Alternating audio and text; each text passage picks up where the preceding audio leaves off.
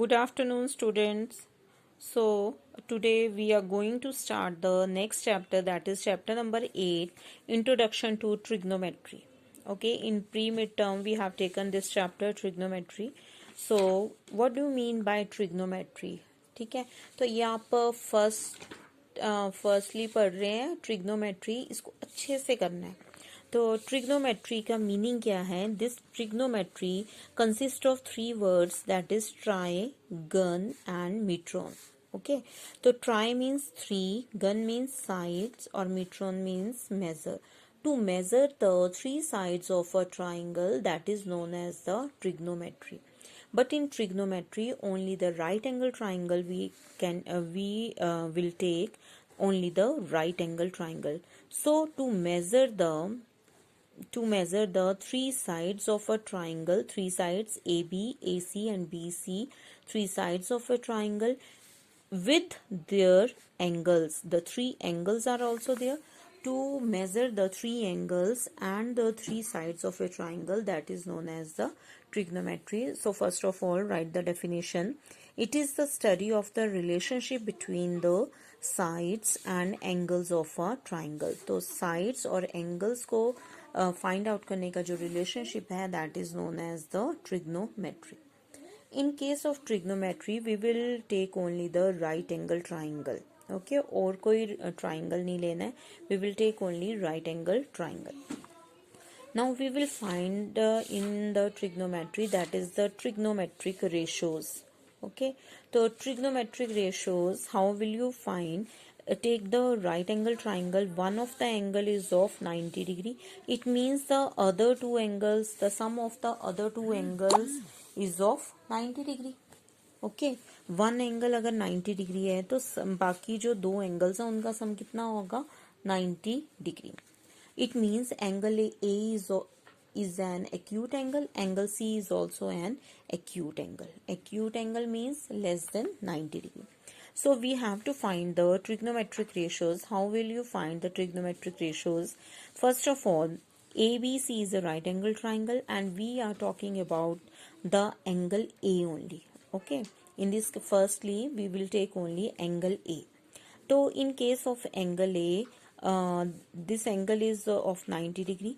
So this is the base, longest side is the hypotenuse, and before this means क्या है? In front of this angle A, because we are talking about only angle A, तो angle A के सामने जो होता है, that is the perpendicular, and the angle is formed between the this base and the hypotenuse. Okay, always remember that the angle is formed between the base and the hypotenuse, and जिस angle के बारे में भी हम बात कर रहे हैं उसके बिल्कुल ऑपोजिट में क्या होता है? That is the perpendicular. Okay, so first of all we will calculate the trigonometric ratio, and first ratio is sine of angle A, because we are talking about angle A. तो sine of angle A, तो spellings are SINE, but in the short form we write it as sine, SIN only, sine of angle A. Sine of angle A is, that is the perpendicular upon hypotenuse. So in this case, perpendicular upon hypotenuse, perpendicular is BC and hypotenuse is AC. Cosine of angle A is base upon hypotenuse, that is AB upon AC. So cosine we can write it as cos only, cos of angle A. This is sine angle A, cos of angle A, base upon hypotenuse. Next is tangent of angle A, that is equal to perpendicular upon base, that is BC upon AB. Next is tangent can be written as tan of angle A.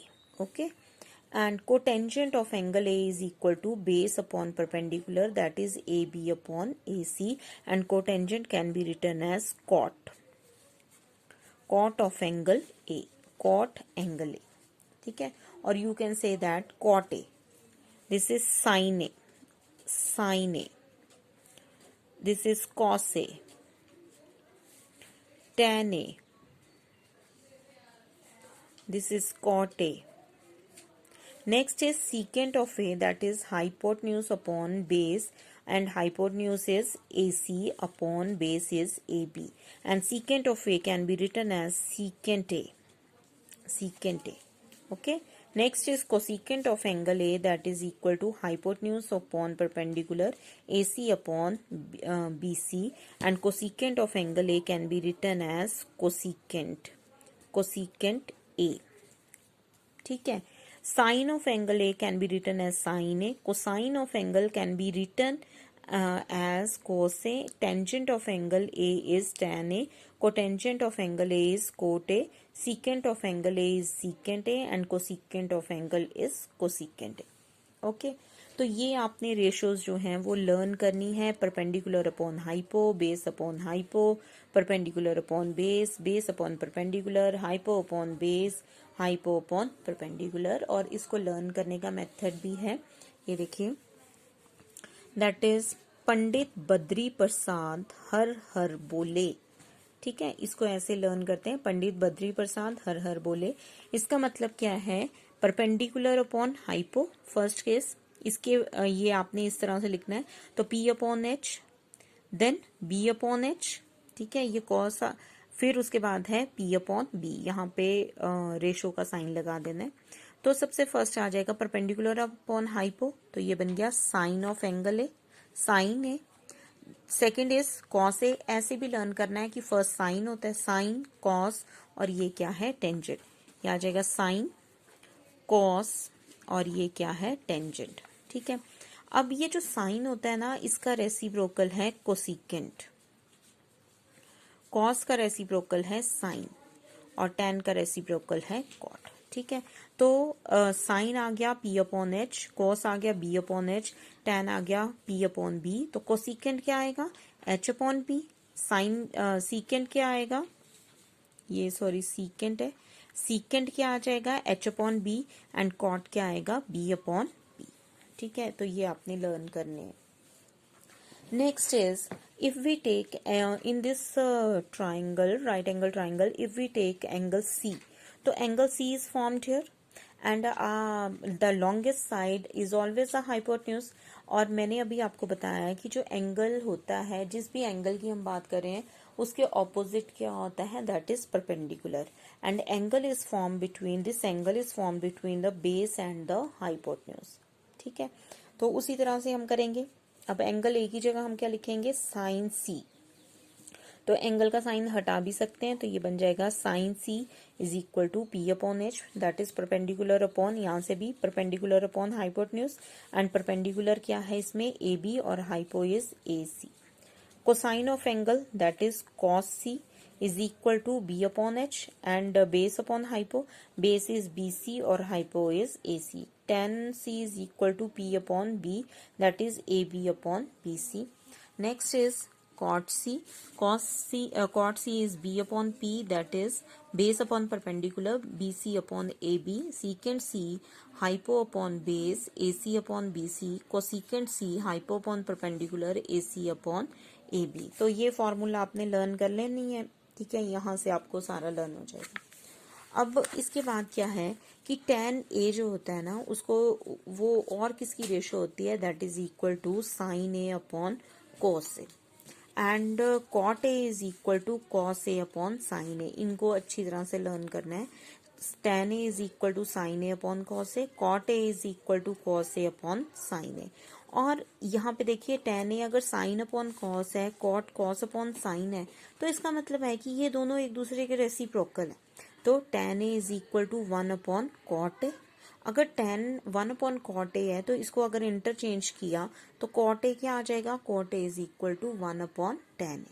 Okay, उसी तरह से sine A is equal to 1 upon cosecant A, and cosecant A is equal to 1 upon sine A. ठीक है, इस तरह से लिख सकते हैं. या फिर इसको हमने क्रॉस मल्टीप्लाई किया इस केस को, तो ये आ जाएगा tan A multiply by cot A is equal to 1. ठीक है, tan ए और कॉट ए अगर एक दूसरे के रेसिप्रोकल हैं, तो tan ए को अगर हमने tan ए रहने दिया, कॉट ए को हम लिख सकते हैं 1 अपॉन tan ए. तो 1 अपॉन tan ए से tan ए कट हो गया, तो दैट इज इक्वल टू 1. ठीक है, उसी तरह से हम इसको भी कर सकते हैं cross multiply, sine A into cosecant A is equal to 1। ठीक है, तो साइन ए को साइन ए रखा और कोसिकेंट ए क्या होता है 1 अपॉन साइन ए, एक दूसरे के रेसिप्रोकल है, तो साइन ए से साइन ए कट हो गया तो क्या आ गया 1। ठीक है, उसी तरह से cos A is equal to 1 upon secant A. ठीक है, तो इसको भी हम या सीकेंट ए को कैसे लिख सकते हैं, secant A is equal to 1 upon cos A, तो secant A into cos A that is equal to 1। ये एक ही फॉर्मूला है लेकिन इससे 3 फॉर्मूले बन सकते हैं, आपने एक लर्न कर लेना है तो तीनों जो हैं वो आप यूज कर सकते हैं।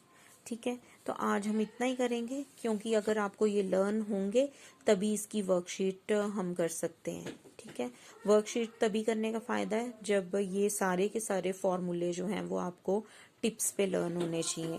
तो आज आपने सिर्फ ये लर्न करने हैं अच्छी तरह से और कल हम इसके बेसिस के ऊपर क्वेश्चंस करेंगे। Thank you.